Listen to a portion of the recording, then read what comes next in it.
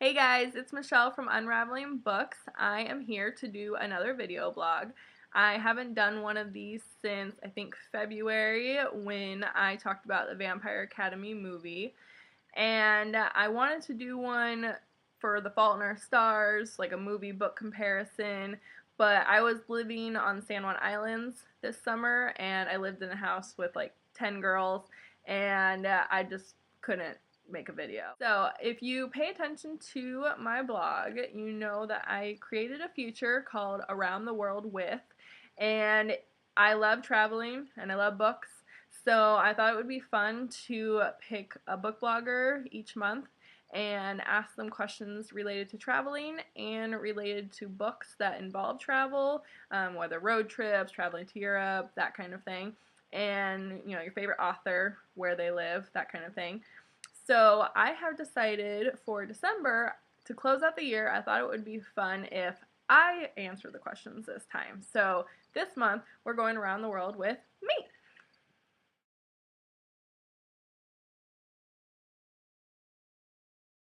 I would definitely travel to France. That is my number one priority. Growing up, I have always just felt like I am French. Like, I don't know, I feel like my alternate personality is French.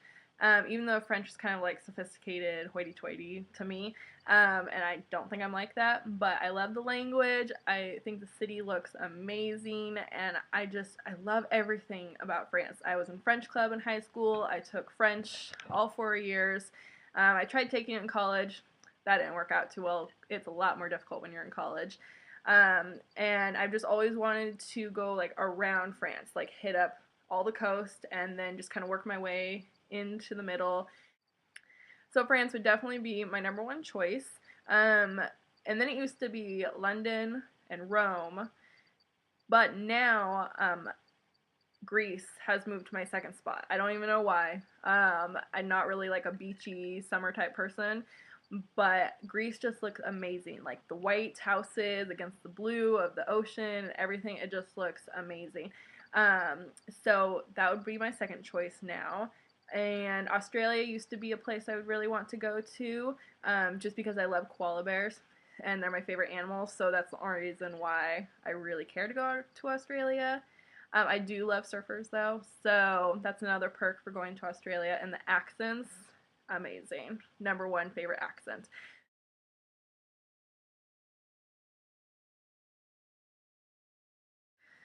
This is such a hard question, and every time I ask a new book blogger, it's always a hard question for them, and I understand why. And I totally forgot this question was even on this list, so I kind of wish I thought of an answer beforehand. But I guess I'm going to just say for right now, I'm going to say Park City, Utah, even though I feel like I should choose like Paris or something, because I've been to Park City and Park City is like my home. I am obsessed with that place, and when I'm living there, it's me. Like I just feel it. Like I'm meant to live in that place, which is kind of weird that I found at the age of 20. Well, I moved there when I was like 21, I think. So I found like my home, really, when I was younger, and I didn't think I would find it so fast. So now I'm 25 and I'm turning 26 in December, so I'm moving back there, and this time I'm really going to try to make it permanent. So I guess I would say for now Park City.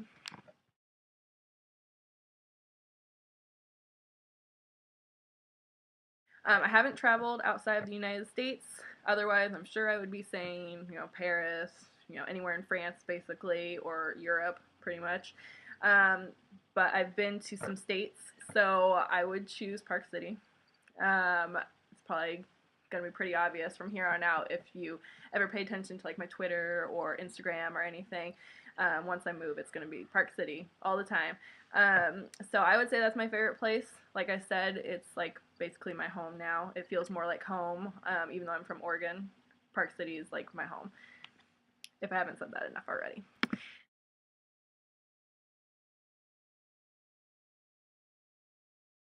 I was definitely thinking of listing like a place or something, but for some reason, off the top of my head, my favorite settings are like boarding schools.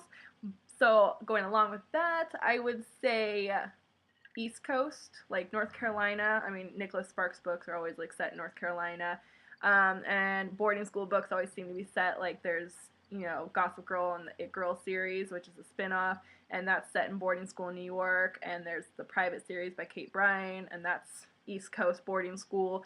So basically, I guess East Coast boarding school situation. I also love when obviously it's featuring Paris because I like to get a feel for maybe what the city is like, and I can always pick out like, oh, I've studied that place, I know all about that place, and it's just more exciting when I can relate when I know I've studied it and I know the place.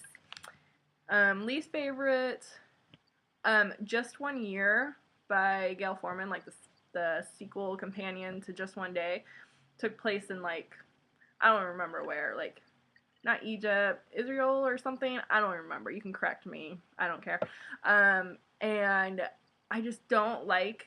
Basically, I can't read unless it's like the United States or Europe.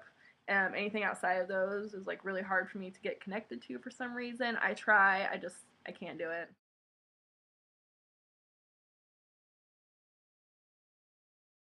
I should have been changing this for bloggers since 2014 is almost over. So 2014, I traveled to the San Juan Islands up in Washington. I lived there for the summer, and then, like I said, I'm moving back to Park City the day after Thanksgiving. So I'll be traveling there, which I'm really excited about. I haven't been on a plane in over a year or longer, so I'm really excited to get back on a plane.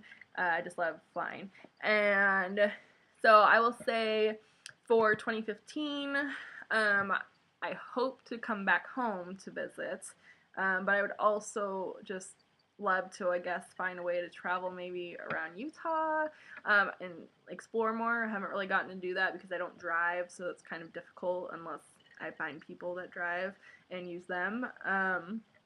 Obviously, the dream would be to save up enough money and go travel outside the country. But for now, that's not happening.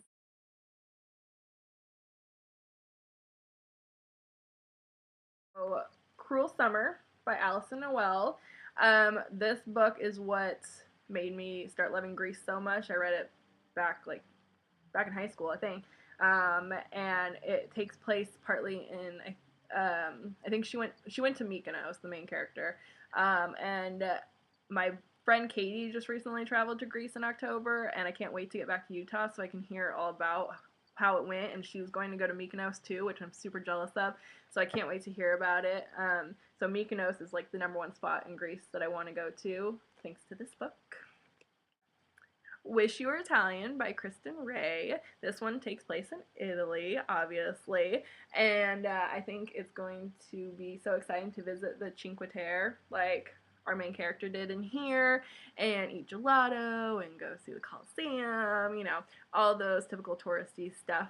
I do have gelato here in Portland, but I refuse to try it until I get to Italy because I just want to taste it in Italy and get the real feel for gelato because I really don't like the idea of standing out on a Portland street eating gelato. Like, then it's Portland gelato.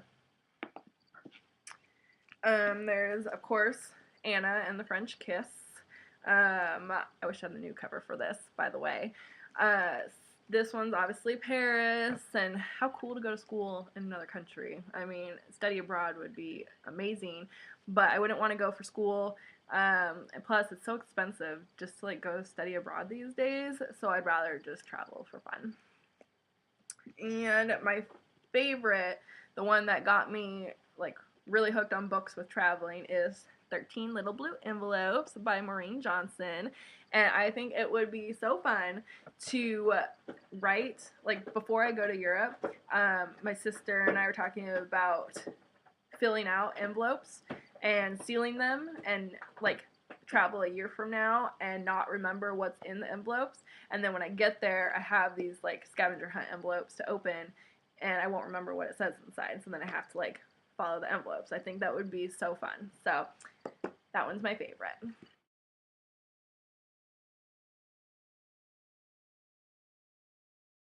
Route 66. I want to drive on there.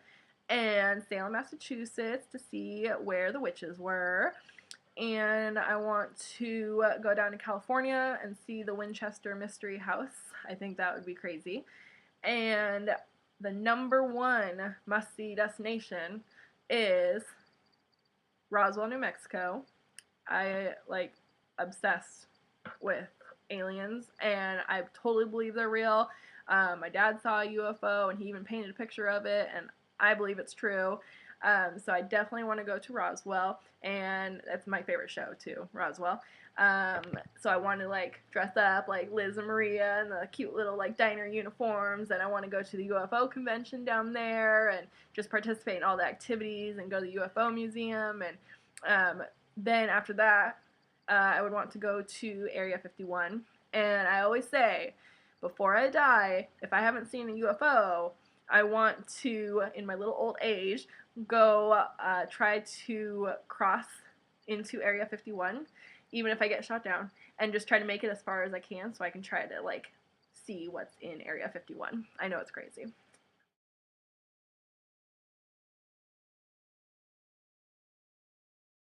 Nicholas Sparks. I love him, which is weird because I'm all about YA books and my high school teen romances and Boy Meets Girl, but I just love Nicholas Sparks. Like, I love him. I posted a picture recently during the 24-hour readathon of all my Nicholas Sparks books that I have, and I have like 12 of them right now. And it's weird because I haven't even actually read them all, which I feel like such an awful fan of Nicholas Sparks for not reading them. But then lately I just don't have time because they're such big books, and I just really like want to be in the right mood to read them, and I just haven't found the right mood to be in yet. But these two, Walk to Remember and Dear John, are my all-time favorites of his. The last song would be my third favorite.